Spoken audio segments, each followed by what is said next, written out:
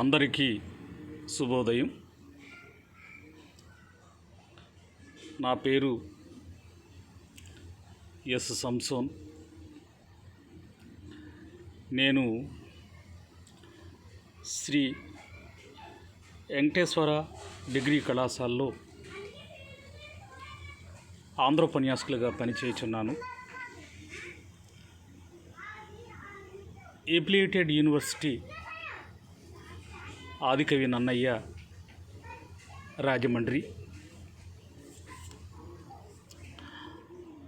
Online క్లాసుల్లో భాగంగా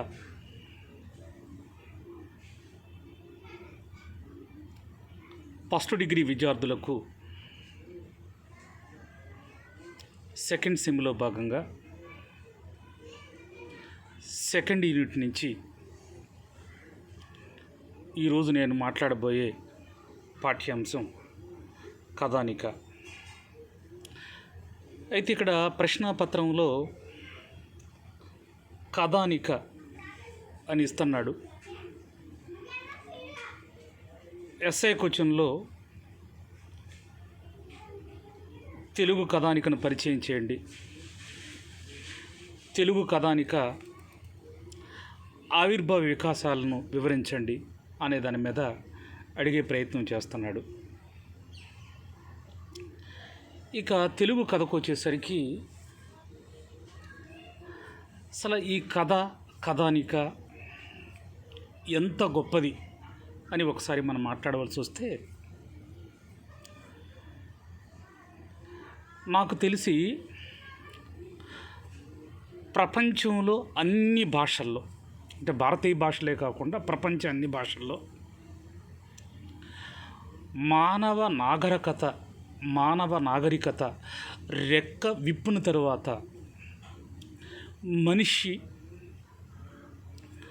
తయారు చేసుకున్నటువంటి అత్యద్భుతమైన గొప్ప ప్రక్రియ ఏదైనా ఉంటే డెఫినెట్గా అది కథానిక అవుతుంది. ఎందుకంటే ఖద్ అనే ధాతువు నుంచి కథ పుట్టింది. ఖద్ అనే ధాతువు నుంచి కథ పుట్టింది. దీనికి అర్థం సంభాషించు, వివరించు, చెప్పు అనే అర్థాలు కలిగి ఉంటుంది. అందుకని ప్రపంచ సాహిత్యంలో చాలా ఆధునిక ప్రక్రియలు ఉన్నాయి. నాటకం ఉంది, నవల ఉంది, వ్యాసం ఉంది, గజల్ ఉంది, హైకూలు ఉన్నాయి. తర్వాత మనకి మోడర్న్ పోయిటరీలో చాలా రకాల విధాలైనటువంటి ప్రక్రియలు మనకు ఉంటాయి. ఇక్కడ మనం బాగా గమనిస్తే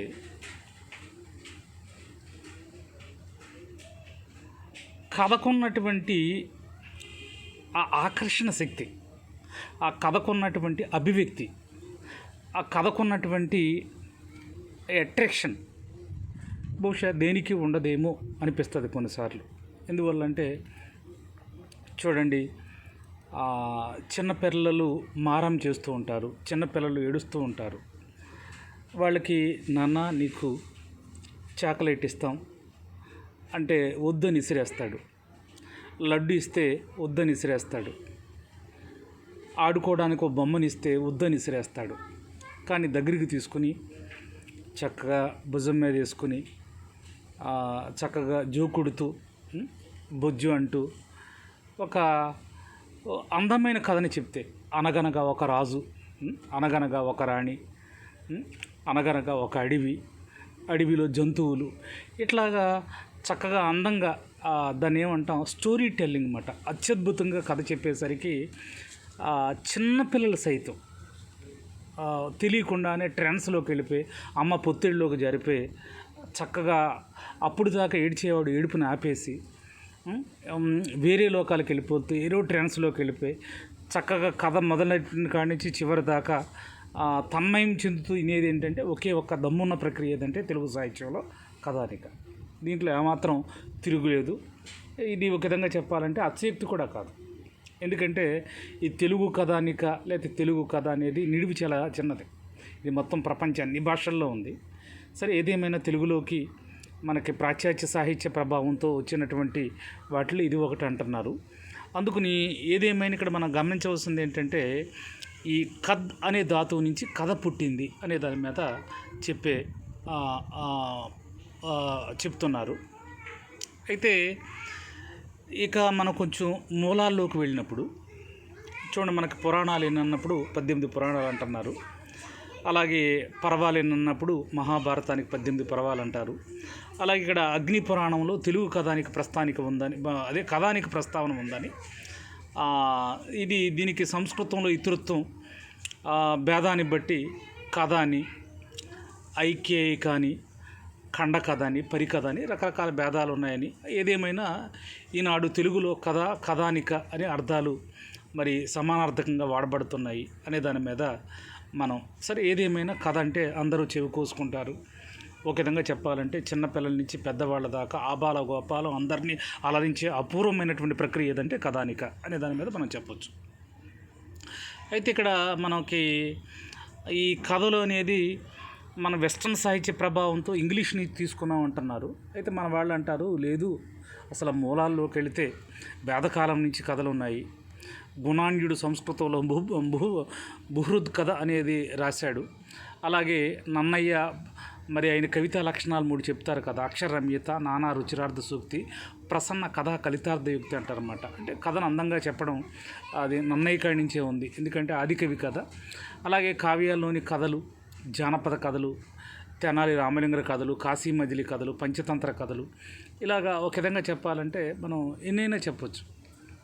ఇక్కడ ఈ సందర్భంలో ఇంకో మాట ఏంటంటే, మనకి ఏదో ఒక సందర్భంలో అమెరికాని పరిపాలిస్తున్నటువంటి మరి బరాక్ ఒబామా వచ్చినప్పుడు చక్కగా చాలా భారతదేశంలో ఉన్నటువంటి గ్రేటెస్ట్ మోర్నమెంట్ని కోడ్ చేస్తూ ఒక అద్భుతమైన మాట అన్నాడు సందర్భం. అది చాలా నాకు ఆనందం వేసింది. ఏంటంటే ప్రపంచానికి పంచతంత్ర కథలను పరిచయం చేసినటువంటి భారతదేశం అన్నాడు. అంటే ఒక విధంగా చెప్పాలంటే విష్ణు శర్మ గారు మరి పంచతంత్ర కథలు రాశారు. తెలుగులోని మనకి పరావస్తు వారు ఇక్కడ మిత్రలాభం మిత్రభేదం అంటూ నీతి చంద్రిక అనే పుస్తకంగా రాసే ప్రయత్నం చేశారు. అది మా అందరికీ తెలిసిందే. అందుకని ఇక్కడ ఏదేమైనా మరి ఒక విధంగా చెప్పాలంటే ఈ కథ మీద కథానిక మీద ఒక చక్కగా ఇది పెద్ద వాల్యూమ్. అంటే ఒక విధంగా చెప్పాలంటే నేను ఒక అద్భుతమైన పుస్తకం అన్నమాట, పోరంకి దక్షిణామూర్తి గారు రాసిన దాని మీద ఒక బైబిల్లా ఉండే ఒక పెద్ద గ్రంథాన్ని చూశాను అన్నమాట. బహుశా చాలా అద్భుతంగా రాశారు కథానిక మీద. అసలు కథానిక ఎలా ఏర్పడ్డది, ఎలా పుట్టింది, ఎలా ఆవిర్భవించింది అన్నీ చెప్తూ ఆ కథని పరిపుష్టం చేస్తూ అద్భుతంగా, బహుశా దానికి ఎన్ని పిహెచ్డీ వాళ్ళు తెలియదు, అంత అద్భుతమైనటువంటి పుస్తకం అది. అందుకని ఒక సందర్భంలో కథానిక మీద పోరంకి దక్షిణామూర్తి గారు ఏమంటారంటే, తెలుగు వాళ్లకు అనేక వందల సంవత్సరాలుగా కథా వాంగ్మయం ఉంది. అంటే ఏంటంటే ఈ కథా వాంగ్మయం అనేది ఇవాళలో నిన్నో మొన్నో వచ్చింది కాదు, వేల సంవత్సరాల చరిత్ర ఉంది తెలుగు వాళ్ళకి అనే దాని మీద ఆయన రాసే ప్రయత్నం చేశారు. అలాగే మరి అగ్ని పురాణంలో కథానిక గురించి ఒక శ్లోకం కూడా ఉందంట. భయానికం సుఖతారంగేచ్చ కరుణే రసః అద్భుతోంతే సుక్కులు పార్దునో దాత్త శాఖ కథానిక. దీర్ఘంగా కాక పొందిగ్గా ఉండడం, ఉదాత్తంగా ఉండడం, సంభ్రమాశ్చర్యాలు కలిగించి కరుణ అద్భుతాలను రసాలను పోషించడం, ఆనందాన్ని కలిగించడం కథానిక లక్షణాలని చెప్పబడింది. అయితే ఇక్కడ మనకి ప్రత్యేకించి మరి వాళ్ళ మరి తెలుగు అయితే ఇది ఒక ప్రాంతీయ భాష, అదే ఆంగ్లం అయితే ఇవాళ మనకి ఇంటర్నేషనల్ లాంగ్వేజ్ అంటున్నాం ప్రత్యేకించి. ఎందుకంటే ఇవాళ మరి ఇది ప్రాంతీయ భాష కాబట్టి ఇది ఒక చిన్న కిటికీ. అలా కాకుండా ఇంగ్లీష్ ఇంగ్లీష్లో మనం కథలు చెప్పేటప్పుడు అది ప్రపంచంలో పెద్ద కిటికీ అన్నమాట. అందరూ ఆస్వాదిస్తారు, అందరూ తిలకిస్తారు. అయితే తెలుగు కథానికని ఇంగ్లీష్లో ఏమనొచ్చు, ఎలా దాన్ని ట్రాన్స్లేషన్ చేయొచ్చు, ఎలా చెప్పొచ్చు అని దాని మీద తీసుకుంటే తెలుగులో కథ కానీ కథానికని కానీ ఇంగ్లీష్లో ఏమంటారంటే షార్ట్ స్టోరీ అంటారు. ఇక్కడ మనం బాగా గుర్తుపెట్టుకోవాల్సిన అంశం ఏంటంటే తెలుగులో కథానికని ఇంగ్లీష్లో ఏమంటారు అన్నప్పుడు షార్ట్ స్టోరీ అంటారు అన్నమాట. షార్ట్ స్టోరీకి పర్యాయ పదంగా వాడుతున్నాం అనే దాని మీద ఇక్కడ చెప్పబడింది. అలాగే ఇక్కడ మరి ముఖ్యంగా ఈ short story is a prose narrativity అంటూ ఇక్కడ మనకి ప్రత్యేకించి W.H. హడ్సన్ గారు ఒకటి చెప్పారు. తర్వాత మరో ఇంగ్లీష్ క్రిటిక్ మరొకటి చెప్పే ప్రయత్నం చేశారు. ఇక తెలుగుకు వచ్చేసరికి ఏంటంటే బొడ్డపాటి కుటుంబ రాయ్ శర్మ గారు ఒక అద్భుతమైన మాట అంటారు అన్నమాట. దేని గురించి ఉద్దేశించి, ఈ కథానికను ఉద్దేశించి ఏమంటారంటే, సాధారణముగా నాతి విస్తృతి క్షేత్రము కలిగి ఒకానొక సంవేదంతో కూడి స్వయం సంపూర్ణమై దానిలోని విభిన్న తత్వాల్ని ఏకోన్ముఖంగా చూపు ఇతృత్వాత్మక గద్య కవిత శిల్పఖండమే కథానిక. ఎంత బాగా చెప్పాడు చూడండి. ఏంటంటే గద్య కవిత శిల్పఖండం అంటాడు కథానికని. ఎవరు? బొడ్డపాటి కుటుంబరాయ శర్మ గారు. అందుకని ఏదేమైనా ఇక్కడ మనం బాగా ఆలోచించవలసినటువంటి విషయం ఏంటంటే, మరి ఈ బొడ్డపాటి కుటుంబరాయ శర్మ గారు మరి చాలా చక్కగా, చాలా అద్భుతంగా మరి ఈయన మనకి కథానిక గొప్పతనాన్ని చెప్పే ప్రయత్నం చేశారు. అయితే ఇక్కడ మనకు ప్రత్యేకించి చూడండి, ఇక్కడ మనకి ఒకసారి మన ఆంధ్రుల జానపద కళారూపాలు ఏంటి అని ఒకసారి మనం పరిశీలిస్తే మనకి ఆంధ్రుల జానపద కళారూపాలు చాలా ఉన్నాయి. ఉదాహరణకి ఆంధ్రుల జానపద కళారూపాల్లో మరి ఏది మనకు చాలా ఉంటాయి. కోలాటం అని, యక్షగానం అని, లేకపోతే భామా కలాపం అని, కురవంజి అని, హరికథ అని, బుర్రకథ అని, తర్వాత లేదా నవల కావచ్చు, నాటకం కావచ్చు, ఒక విధంగా చెప్పాలంటే కళారూపాలు ఏదైనా కావచ్చు. అయితే ఒకటి ఏ కళారూపం తీసుకున్నా, అలాగే తెలుగు సాహిత్యంలో ఏ సాహితీ ప్రక్రియ తీసుకున్నా దానికి ఒక స్ట్రక్చర్ ఉంటుందన్నమాట, ఫార్మేషన్ ఒకటి ఉంటుందన్నమాట, దాని ఫ్రేమ్ వర్క్ ఒకటి ఉంటుందన్నమాట. అందుకని ఇక్కడ నాగయ్య గారు ఇక్కడ మరి ముఖ్యంగా తెలుగు సాహిత్య చరిత్రని తెలుగులోకి చాలామంది అనువాదం చేసే ప్రయత్నం చేశారు. ఎవరెవరు చేశారు అన్నప్పుడు ఆరుద్ర గారు చేశారు. 13 సంపుటాలు రాశాడు ఏకంగా. అలాగే మనకి పింగళ లక్ష్మీకాంతం గారు రాశారు. అలాగే చాలామంది మనకు రాశారు. కానీ నాగయ్య గారు 2 వాల్యూమ్స్ రాశారు. ఇవాళ తెలుగు అది సివిల్స్కి వెళ్ళేవాళ్ళు ఆప్షన్గా పెట్టుకునేవాళ్ళు నాగయ్య గారి పుస్తకాలు చదువుతారంటారు. అందుకని చాలామంది రాశారు కాబట్టి చాలా అద్భుతంగా తేట తెలుగులో విశ్లేషణాత్మకంగా రుజ్యంగా రాసినటువంటి వ్యక్తి ఎవరన్నప్పుడు నాగయ్య గారు అన్నమాట. నాగయ్య గారు ఈ కథానికని గురించి చెప్తూ, కథానిక గురించి ఆయన వివరిస్తూ చక్కగా మాట అంటారు. ఏమంటారంటే, కథానిక ఎలా ఉండాలి, ఎలా ఉంటుంది, ఎలా ఉంటే బాగుంటుంది అనే దాని మీద నాగయ్య గారు చెప్తే ఏమంటారంటే, ఒక రకమైన ఎత్తుగడ. అంటే ఏంటంటే చక్కగా ఎత్తుగడ ఎలా మొదలు పెట్టాలి. మనం అంటాం కదా, మనకేంటది దాన్ని టేకింగ్ అండ్ మేకింగ్. అలాగే రెండోది ఏంటంటే నడక తీరు. అలాగే ఇంకోటి ఏంటంటే ముగింపు. అంటే ఎత్తుగడ ఎలా ఉండాలి, మధ్యలో విషయం ఎలా ఉండాలి, ఆ కథను ఎలా ముగించాలి.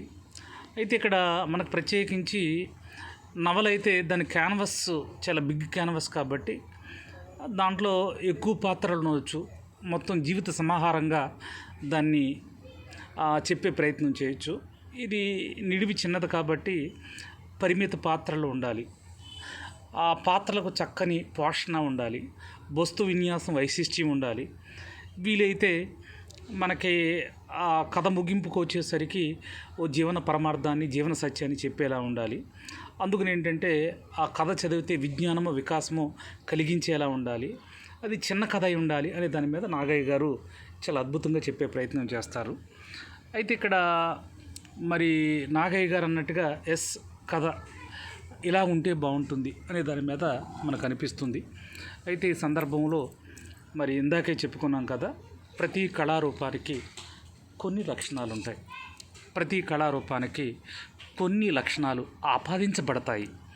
అందుకని ఇక్కడ మనకు ప్రత్యేకించి ఆయన జీవితాంతం కథల కోసమే వెచ్చించి ఆ కథను పరిపుష్టం చేయాలని మరి చాలా అద్భుతమైనటువంటి కథాభంగం మీద ఎనలేని సేవ చేసినటువంటి మరి పోరంకి దక్షిణామూర్తి గారు కథానికి కూడా కొన్ని లక్షణాలు ఉండాలి. ఆ లక్షణాల్లోనే కథను బంధించాలి. అలా ఉన్నప్పుడే అది కథానికి అవుతుంది, లేకపోతే అది కథ కాదు అన్నట్టుగా ఇక్కడ చెప్పే ప్రయత్నం చేస్తారు. ఉదాహరణకి పోరంకి దక్షిణామూర్తి గారు చెప్పినట్టుగా మరి కథానిక లక్షణాల్లో ఎలా ఉండాలి, ఏ విధంగా ఉండాలి, ఎలా ఉంటే బాగుంటుంది అనే దాని మీద ఆయన ఒక్కొక్క లక్షణాన్ని చక్కగా వివరించే ప్రయత్నం చేస్తారు. ఉదాహరణకి ఫస్ట్ ఏంటంటే సంక్షిప్తత అంటారన్నమాట. ఏమంటారంటే సంక్షిప్తత అంటే కథ అనేది ఏంటంటే సంక్షిప్తంగా ఉండాలి. దాని క్యాన్వాస్ బిగ్ క్యాన్వాస్గా ఉండకూడదు, క్లుప్తంగా ఉండాలి. చూడండి, మనం క్రోటాన్ మొక్కలు వెర్రితలలు వేసినట్టుగా మరి ఉంటే బాగోదు. ఏంటంటే మనకి ప్రత్యేకించి మరి చక్కగా ఏంటంటే ఆ క్రోటాన్ మొక్కలు కట్ చేసినప్పుడే చక్కగా అందంగా ఉంటుంది, చూడముచ్చటగా ఉంటుంది అన్నమాట. అలాగే ఏంటంటే ఈ కథకు ఉండవలసినటువంటి లక్షణాల్లో కథానికి, అదే కథానికన్నా ఇంగ్లీష్లో షార్ట్ స్టోరీ అనే ఒకటే కాబట్టి కథ ఇప్పుడు కూడా ఎలా ఉండాలన్నప్పుడు సంక్షిప్తంగా ఉండాలి అంటాడనమాట. ఎలా ఉండాలంటే సంక్షిప్తంగా ఉండాలి అనే దాని మీద మరి చెప్పే ప్రయత్నం చేస్తారు. సంక్షిప్తంగా ఎలా ఉండాలి అనే దాని మీద కూడా చక్కగా ఆయన అనాలిసిస్ చేసే ప్రయత్నం చేశాడు. ఒకసారి చూద్దాం. అవసరమైనంత మేరకే వివరణ ఉండాలి, అవసరమైనంత మేరకే వర్ణనలు ఉండాలి, అవసరమైనంత మేరకే సంభాషణలు ఉండాలి. చూడండి, అది పచ్చి నిజం, వాస్తవం. అంటే ఆ కథని ఎంత వివరించాలో అంతే వివరించాలి, ఎంత వర్ణించాలో అంతే వర్ణన ఉండాలి. మరి ఎక్కువైనా కథను మింగేస్తుంది అన్నమాట. అలాగే సంభాషణలు ఎంత ఉండాలో అంతే ఉండాలి. అయితే ఇక్కడ వస్తువులో కానీ, సన్నివేశంలో కానీ, పాత్రలో కానీ విస్తృతి లేకుండా ప్రతి అంశం ప్రధానంగా ప్రయోజనాత్మకంగా ఉండాలన్నమాట, ముక్కుసూటిగా. ఎందుకంటే ఇందాక అనుకున్నాం కదా, ఒక సినిమాతో పోలిస్తే, లేకపోతే ఓ నాటకంతో పోలిస్తే, ఓ నవలతో పోలిస్తే ఈ క్యాన్వాసులు చాలా పెద్దవి, ఈ కథ చాలా సంక్షిప్తంగా. ఉదాహరణకి ఈనాడు పేపర్లో వసుంధర పేజీలో ఒక 2 సంవత్సరాలు, ఒక 3-4 సంవత్సరాలు వెనక్కి వెళితే, లేకపోతే ఒక 5-10 సంవత్సరాలు వెనక్కి వెళితే ప్రతి బుధవారం వసుంధర పేజీలో మల్లిక్ అని ఒక అతను బాక్స్ కట్టి అద్భుతంగా కథ రాసేవాడు అనమాట. అది చదవడానికి 30 నిమిషాలు పట్టవచ్చు. ఇంకా బాగా అర్థం చేసుకోవాలంటే 40 నిమిషాలు, 45 నిమిషాలు, లేదా ఒక గంట. అందుకని ఏంటంటే కథ అనేది ఏంటంటే వెంటనే తేలిపోద్ది అన్నమాట. అది నవల్లాగో సంవత్సరము, ఇంకెక్కువ పేజీలు చదివితే 6 నెలలు, ఇంకెక్కువ పేజీ 3 నెలలు, అట్లా కాకుండా చక్కగా సంక్షిప్తంగా ఉండాలి. అందుకని అవసరమైనంత మేరకే వివరణలు ఉండాలి, అంతకు మించి ఎక్కువ ఉండకూడదు. అలాగే ఎంత వర్ణన ఉండాలో అంతే వర్ణన ఉండాలి, ఎంత సంభాషణ ఉండాలో అంతే సంభాషణ ఉండాలి. ఇక్కడ వస్తువులో కానీ, సన్నివేశంలో కానీ, పాత్రలో కానీ చక్కగా ఒక ప్రధానాంశంగా, తర్వాత ఏంటంటే పాఠకులకు ప్రయోజనాత్మకంగా ఉండాలి అనే దాని మీద పోరంకి దక్షిణామూర్తి గారు ఫస్ట్ లక్షణాన్ని చెప్తాడనమాట, సంక్షిప్తత. అంటే దానికి అర్థం ఏంటంటే బ్రీఫ్గా ఉండాలి. తర్వాత ఇక ఏకాంశ ప్రాధాన్యత రెండవది. అంటే దానికి అర్థం ఏంటంటే కథ అంతటికి ఒకే అంశం లక్ష్యంగా ఉండాలి. అంటే ఒక విధంగా చెప్పాలంటే మనం చాలా చిన్న క్యాన్వాస్లో చెప్తున్నాం, అందుకని ఏంటంటే ఏకాంశంగా ఉండాలి. ఉదాహరణకి ఒక కుర్రాడు బడికి వెళుతున్నాడు, ఉదయాన్నే వెళ్ళాడు వచ్చాడు, లేదా ఉదయాన్నే వెళ్ళాడు సాయంత్రం వచ్చాడు. అలాగే పాపం ముసలి వాళ్ళు వృద్ధాప్యంలో జీవన సంధ్యలో నిరాధారణకు గురవుతున్నారు. వాళ్ళని ఎందుకు రాని పాత సామాన్లుగా చూస్తున్నారు అని వాళ్ళ జీవితాన్ని సృజిస్తూ, లేకపోతే గుడిని కావచ్చు, బడిని కావచ్చు, ప్రకృతిని కావచ్చు, మానవ జీవితంలో ఏ అంశం తీసుకున్నా, ఏ టాపిక్ తీసుకున్నా, దేని మీద అది రాయాలన్నా ఎలా ఉండాలంటే ఏకాంశ ప్రధానంగా ఉండాలన్నమాట. తర్వాత అది సందర్భానుసారంగా ఉండాలి. మొదటి నుంచి చివరి దాకా ఒకే అంశం ప్రాధాన్యత కలిగి సాగాలి. ఎందుకంటే దాన్ని ఏంటంటే మనం దాన్ని ఏమంటా ఏదో మిక్స్డ్ బిర్యానీ లాగా అదో కొంత ఇదో కొంత కలగాపులపం చేసి అది పాఠకుడికి అర్థం కాదన్నమాట, కన్ఫ్యూజ్ అవుతాడనమాట. అందుకని ఏంటంటే ఏకాంశ ప్రాధాన్యం కలిగి ఉండాలి.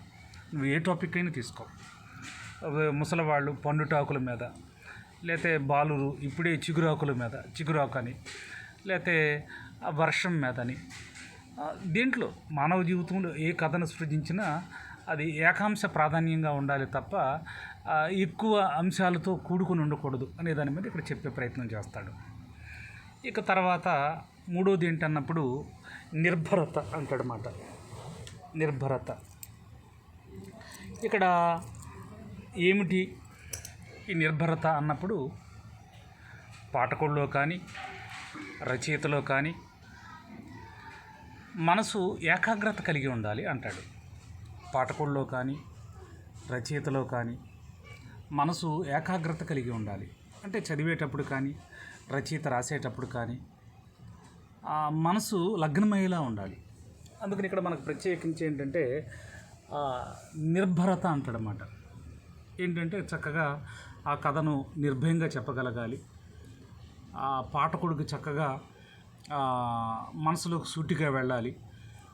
తర్వాత చదివేటప్పుడు సరళమైన భాష ఉండాలి, లలితంగా సాగాలి, చక్కగా హృద్యంగా మనసును తాకేలాగా ఉండాలన్నమాట. అది ఒక కన్ఫ్యూజ్గా లేకుండా, ఇబ్బందిగా లేకుండా చక్కగా రచయిత నిర్భయంగా చెప్పేలా ఉండాలి. పాఠకుడు కూడా చక్కగా చదువుతున్నట్టు నిర్భరత అంటాడనమాట. నిర్భరత అంటే మరి ముఖ్యంగా చక్కగా ఆ కథలోకి వెళితే ఇక ఆ ఏకాగ్రతలో నుంచి, ఆ ట్రాన్స్లో నుంచి బయటికి రాకూడదు. అయిపోయేదాకా రాస్తే అలా రాయగలగాలి రచయిత. ఆ మనసు చక్కగా అత్యంతం అన్నమాట. ఇదో నవరసభరితంగా మొదటి అక్షరం నుంచి చివరి అక్షరం దాకా, లేదా మొదటి లైన్ నుంచి చివరి లైన్ దాకా ఆ పాఠకుడిని చదివించేలా ఉండాలి. ఏకాగ్రతగా అంటాడన్నమాట నిర్భరత అనే పదానికి. ఇక తర్వాత నాలుగోది ఏంటన్నప్పుడు స్వయం సమగ్రత. స్వయం సమగ్రత ఏమిటి? ఈ స్వయం సమగ్రత అని మనం ఒకసారి అనుకుంటే, కథలో వస్తువు దానికదే సమగ్రంగా ఉండాలి. ఏదో కొరవడిందన్న భావం, అనవసరమైనటువంటి భావన కలగకూడదు. చాలా బాగా చెప్తున్నాడు ఇక్కడ. స్వయం సమగ్రత, కథలోని వస్తువు దానికదే సమగ్రంగా ఉండాలి. చక్కగా ఏంటంటే మనం ఒకటి అంటూ ఉంటాం కదా, అప్పుడప్పుడు వాటర్కో లక్షణం ఉంటుంది. అది చెంబులు వేస్తే చెంబులా మారిపోతుంది, గ్లాసులు వేస్తే గ్లాసులా మారిపోతుంది, బిందెలు వేస్తే బిందెలా, అది కూజాలు వేస్తే కూజాలా మారిపోతుంది. అందుకని ఏంటంటే కథలోని వస్తువు దానికి అది సమగ్రంగా ఉండాలన్నమాట. అట్లాగే ఏదో కొరబడింది, ఏదో మిస్సింగ్ అని కాకుండా చక్కగా స్వయం సమగ్రత, చక్కగా బ్యూటీ. అంటే మనం అంటాం కదా, సినిమాలో భాషలో చెప్తారు కదా, ఈ టేకింగ్ ఏంటి, మేకింగ్ ఏంటి, ఎలా ఉండాలంటాం. కాబట్టి కథలోని వస్తువు దానికి అదే సమగ్రంగా ఉండాలి.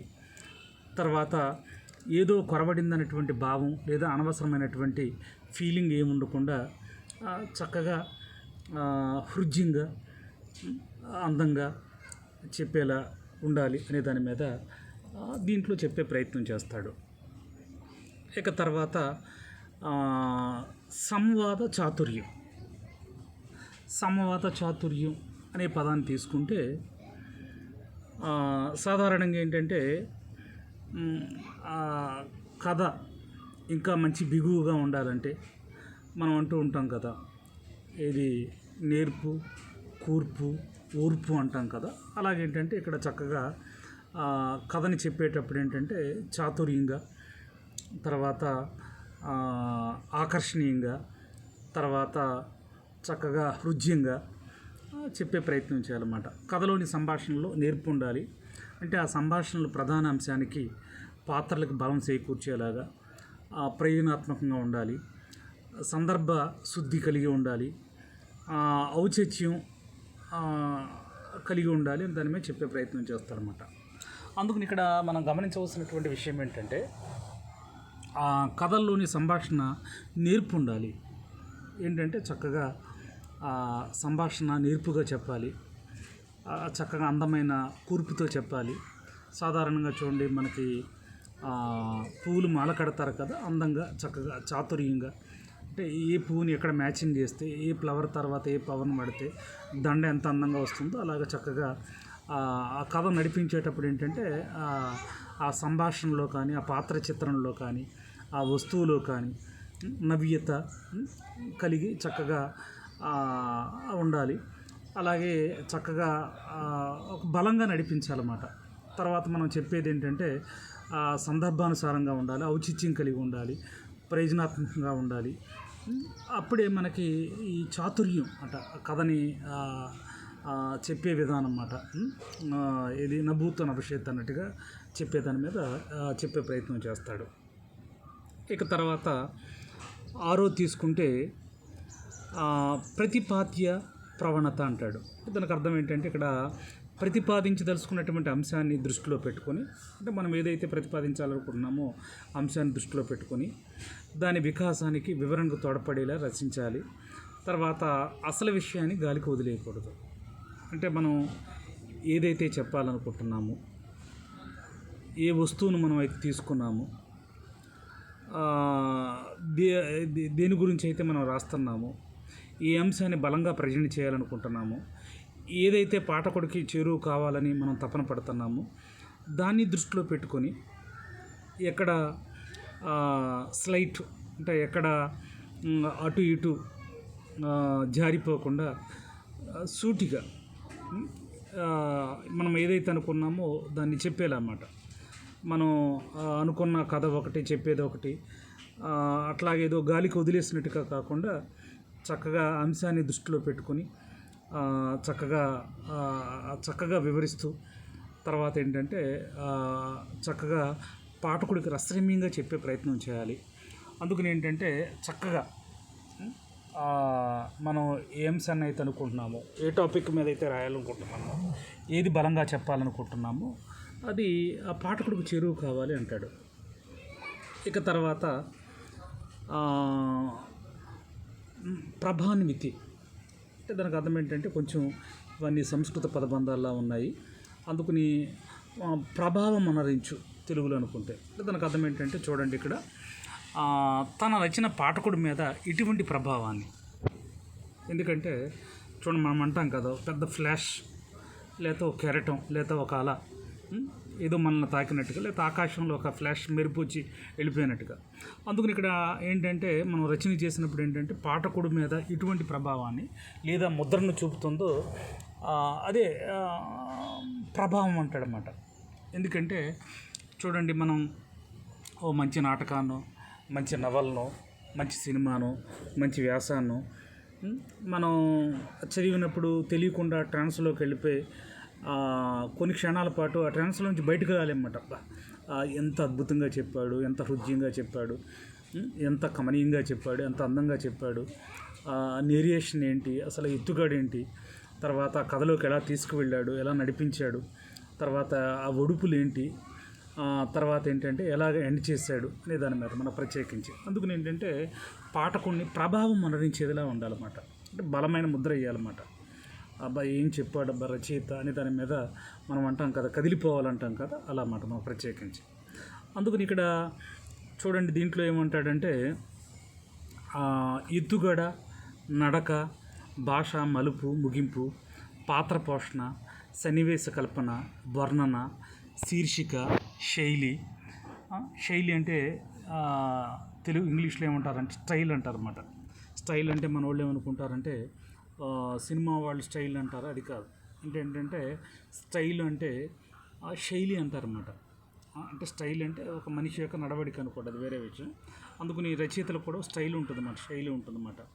అందుకని ఇక్కడ మనకి ఒక అందమైన కథ చెప్పాలంటే ఎత్తుగడ ఎలా ఉండాలి, నడక ఎలా ఉండాలి, భాష ఎలా ఉండాలి. భాష అంటే మనకి మళ్ళా గ్రాంధిక భాష ఉంటుంది. అలాగే మళ్ళా దానికి దాన్ని ఏమంటాం, అది స్లాంగ్ యాసతో కూడి ఒకటి ఉంటుంది, మాండలిక భాష ఒకటి ఉంటుంది. తర్వాత అలాగే స్పష్టమైన అంటే ప్రజలు మాట్లాడే వ్యవహారిక భాష ఉంటుంది. ఇలాగా రకరకాల ఉంటుందన్నమాట. అందుకని దీంట్లో పాత్ర పోషణ కానీ, సన్నివేశ కల్పన కానీ, వర్ణన కానీ, శీర్షిక కానీ, శైలి కానీ, అందుకని ఏంటంటే మనకి ఇవన్నీ కలిస్తేనే శిల్పం అవుతుంది అంటాడనమాట. అందుకని అర్థం ఏంటంటే చూడండి, మనకి ఓ బండరాయి నుంచి శిల్పి అనేవాడు చెక్కుతూ ఒక అందమైన ఆకృతి వస్తుంది కదా, అలాగా అన్నీ కలిపితేనే అందమైన శిల్పం అన్నమాట. శిల్పం అంటే చెప్పాం కదా, ఎత్తుగడ, నడక, భాష, ముగింపు, పాత్ర పోషణ, సన్నివేశ కల్పన, వర్ణన, శీర్షిక, శైలి అన్నీ కలిపితే ఏమంటారంటే శిల్పం అంటాం అనే దాని మీద మనం బాగా గుర్తుపెట్టుకునే ప్రయత్నం చేయాలి. తర్వాత అయితే ఇక్కడ రచయిత మరి ఎలా చెప్తున్నాడు, ప్రథమ పురుషులో చెప్తున్నాడా, ఉత్తమ పురుషులో చెప్తున్నాడా, ఎలా ఉంది ఏంటి అనే దాని మీద అందుకని ఏంటంటే కథ ఎలా ఉండాలి, ఏది మంచి కథ, ఏది మంచి కథ కాదు, ఏది గొప్ప కథ, ఏది గొప్ప కథ కాదు, ఇట్లా మనం ప్రత్యేకించి సరే ఏదేమైనా ఇవాళ మనం ప్రత్యేకించి మరి తెలుగు కథానిక గురించి మనం మాట్లాడుతూ అసలు ఈ ఈ ప్రపంచ సాహిత్యంలోనే తెలుగు కథకి, తెలుగు కథానికకి మరి అత్యద్భుతమైనటువంటి స్థానం ఉంది, గొప్ప స్థానం ఉంది. దాన్ని మాటలకు అందినటువంటి స్థానం అనే దాని మీద చెప్పుకున్నాం. కథ అనే ధాతువు నుంచి కథ పుట్టిందని, దీనికి సంభాషించు, చెప్పు అనే అర్థాలు ఉన్నాయని, తర్వాత అగ్ని పురాణంలో కూడా దీని ప్రస్తావన ఉందని, అలాగే ప్రాచీన కవులు గుణాఢ్యుడు కూడా బృహత్ కథ రాశాడని, నన్నయ్య ప్రసన్న కథా కలితార్థయుక్తి అని ఆయన మరి కావ్యాలు రాసేటప్పుడు, అలాగే జానపద కథలు ఉన్నాయని, తెనాలి రామలింగ కథ, కాశీ మజిలీ కథలని, పంచతంత్ర కథలని ఇట్లా మనకు ప్రత్యేకించి. అందుకని మరి ప్రపంచంలో అందరికీ ఇష్టమే ఈ కథ, అంటే తెలుగు వాళ్ళకి మరింత ఇష్టం. అందుకని ఏంటంటే తెలుగు కథకి మళ్ళీ వందల సంవత్సరాల కథా వాంగ్మయం ఉంది. ఆ కథని ఎలా చెప్పాలి, ఏ విధంగా చెప్పాలి, ఎంత నిర్దిష్టంగా చెప్పాలి, ఎలా చెప్తే అది అద్భుతమైన కథ తయారవుతుంది. అలాగే తెలుగు కథానికి ఇంగ్లీష్లో షార్ట్ స్టోరీ అంటారని, తర్వాత ఇంగ్లీషు క్రిటిక్స్ ఏమన్నారు ఈ కథానిక గురించి కూడా దీంట్లో చెప్పే ప్రయత్నం చేస్తాడు. అందుకని బొడ్డపాటి కుటుంబరాయ శర్మ గారు గద్య కవితా శిల్పఖండమే కథానిక అని చాలా చక్కగా చెప్పే ప్రయత్నం చేశారు. అందుకని ఇక్కడ ఒక రకమైనటువంటి ఎత్తుగడ కానీ, నడక తీరు కానీ, ముగింపు కానీ, అలాగే తర్వాత పరిమిత పాత్రలు కానీ, ఆ పాత్ర విన్యాసం కానీ, ఆ తర్వాత పాత్ర చిత్రణ కానీ, పాత్ర రసపోషణ కానీ, వస్తు విన్యాసం కానీ, వైశిష్ట్యం కానీ, అలాగే అక్కడ జీవన పరమార్థం కానీ, జీవన సత్యం కానీ, జీవన విలువలు కానీ, వినోదము, విజ్ఞానము, వికాసం కలిగించేలాగా చెప్పేది చిన్న కథే కథానిక అంటాడు జి నాగయ్య గారు. అందుకని ఇందాక నాగయ్య గారి గురించి చెప్పుకున్నాం. అలాగే ఈ పోరంకి దక్షిణామూర్తి గారు మరి ఎవరన్నా కథా రచయితలు కావాలనుకున్న వాళ్ళు, తర్వాత కథానికను బాగా ప్రేమించేవాళ్ళు, భవిష్యత్తులో మంచి కథలు రాయాలనుకునేవాళ్ళు చక్కగా మనం చెప్పాలి అనే దాని మీద దీంట్లో చెప్పే ప్రయత్నం చేస్తాడనమాట. అందుకని ఇక్కడ పోరంక దక్షిణామూర్తి గారు కథానిక వాంగ్మయం అనే పుస్తకంలో కథాలిక లక్షణాలు ఎలా ఉండాలి ఏంటనే దాని మీద చెప్పే ప్రయత్నం చేశారు. అందుకని నేను ఒక్కొక్క సైడ్ హెడ్డింగ్ని లేదా ఒక్కొక్క శీర్షికను తీసుకుని బ్రీఫ్గా సమగ్రంగా మాట్లాడే ప్రయత్నం చేశాను. చూడండి, ఇక్కడ 1, 2, 3, 4, 5, 6, 7 రకాల చెప్పే ప్రయత్నం చేశాడు. దీంట్లో మనం ఒకసారి గమనించాలి. అందుకని ఇక్కడ మనకి ఈ కథాలిక లక్షణాలు ఏంటన్నప్పుడు ఈ కథానిక లక్షణాలు ఇవి ఉండాలి, ఇవి ఉంటేనే కథానిక అవుతుంది అనే దాని మీద మనం బాగా గుర్తుపెట్టుకోవాలి. అందుకని ఇక్కడ ఏమన్నాడు అంటే చెప్పుకున్నాం కదా, ఏమని చెప్పుకున్నాం మనం ప్రత్యేకించి సంక్షిప్తత ఆల్రెడీగా చెప్పుకున్నమాట. అంటే క్లుప్తంగా, తక్కువ పదాలతో ఏకాంశ ప్రాధాన్యం అంటే ఒక అంశాన్ని తీసుకోవాలి. నిర్భరత అనే పదానికి అర్థం ఏంటంటే చక్కగా ఏదైతే పాఠకుణ్ణి ఆ కథలోకి తీసుకెళ్తున్నాం, కథలోకి నడిపిస్తున్నామో ఏకాగ్రత మొదటి నుంచి చివరి దాకా చక్కగా సూటిగా ధీటుగా చెప్పే ప్రయత్నం చేయాలి. అలాగే స్వయం సమగ్రత, చక్కగా సమగ్రంగా ఉండాలి. అందమైన భావనలతో కథని అల్లాలి. తర్వాత సంవాద చాతుర్యం, చక్కగా ఆ పాత్రలో సంభాషణ చాతుర్యం, చక్కగా పాత్రలకు బలాన్ని చేకూర్చేలా ప్రయోగాత్మక ఉండేలాగా సందర్భ శుద్ధి కలిగి ఔచిత్యంతో అత్యద్భుతంగా ఉండాలి అంటాడు. అలాగే ఇక్కడ ప్రతిపాద్య ప్రవణత అంటే దానికి అర్థం ఏంటంటే ప్రతిపాదించవలసినటువంటి అంశాలని మనం దృష్టిలో పెట్టుకొని కథని చక్కగా వివరించే ప్రయత్నం చేయాలి. మనం ఏదైతే అనుకున్నామో అదే సాగాలి తప్ప కంటెంట్ గాలి కొదిలేసేలా ఉండకూడదు అంటాడు. అలాగే ఏడోది ప్రభావం మనరించి అంటే ఏంటంటే పాఠకుడి మీద బలమైనటువంటి గాఢమైనటువంటి ముద్ర వేయగలగాలి అని దాని మీద దీంట్లో చెప్పే ప్రయత్నం చేస్తాడు. సరిగ్గా ఎత్తుగడ, నడక, భాష, మలుపు, ముగింపు, పాత్ర పోషణ, సన్నివేశ కల్పన, వర్ణన ఇలా చాలా చెప్పుకునే ప్రయత్నం చేసాం. ఇక తర్వాత మరి ఇంకా ఈ కథ గురించి చెప్పుకోవాల్సి వస్తే పోరంక దక్షిణామూర్తి గారే ఒక సందర్భంలో ఆయన చెప్తారు. ఏమంటారంటే ఇక్కడ జీవితంలోని ఒకానొక మహత్తర సత్యాన్ని అద్భుత శిల్ప నైపుణ్యంతో కళ్ళకు కట్టించి హృదయాన్ని ఒకానొక మహత్తరమైన అనుభూతితో నడిపించే పదే పదే చదవాలనిపించే కథే గొప్ప కథ. ఎంత బాగా చెప్పాడు చూడండి. అసలు కథ అనేది ఎలా ఉండాలి, కథ అనేది ఎలా ఉండాలి, ఎలా ఉండకూడదు, ఎలా ఉంటే బాగుంటుంది అనే దాని మీద ప్రత్యేకించి పోరంక దక్షిణామూర్తి గారు కథా లక్షణాలు ఆయన రాసింది, అదే కథా లక్షణాలను ఫ్రేమ్ చేసి చక్కగా డిజైన్ చేసింది ఆయనే కాబట్టి ఆయన చెప్తాడనమాట. ఎంత బాగా చెప్తున్నాడు ఒకసారి చూడండి. ఏమంటాడంటే జీవితంలో ఒకానొక మహత్తర సత్యాన్ని అంటే ఒక సత్యాన్ని లేదా ఒక పరమార్థాన్ని, ఒక జీవన వేదాన్ని, జీవన తాత్వికతను, తర్వాత గొప్ప విలువల్ని, తర్వాత ఎలా చెప్పాలంటే అద్భుత శిల్ప నైపుణ్యంతో, ఎందుకంటే చక్కగా అద్భుతమైన శిల్ప నైపుణ్యంతో కళ్ళకు కట్టినట్లు ఉండాలంటాడు, హృదయాన్ని తాకేలా ఉండాలంటాడు. తర్వాత ఆర్ద్రతతో చెప్పాలంటాడు, కళ్ళలో చెమ్మ, గుండెలో తడి అంటాడు అన్నమాట. ఆ కథని పదే పదే చదవాలనిపించేలా ఉండాలంటాడు. ఎవరు? పోరంకి దక్షిణామూర్తి గారు అన్నమాట. తర్వాత పోరంకి దక్షిణామూర్తి గారు చెప్పడమే కాకుండా మరొక కథా రచయిత, ఆయన పేరు వాకాటి పాండురంగారావు గారు. చాలా సుప్రసిద్ధ కథా రచయిత. ఈయన కూడా కథ ఎలా ఉండాలి, ఎలా ఉంటే బాగుంటుంది, ఎలా ఉండాలి, ఎలా ఉండకూడదు అంటూ ఈయన కూడా చక్కగా ఒక డెఫినేషన్ లాగా ఇది పోరంక దక్షిణామూర్తి గారు అయితే ఎలా చెప్పారో అలాగా చెప్పే ప్రయత్నం చేశారు.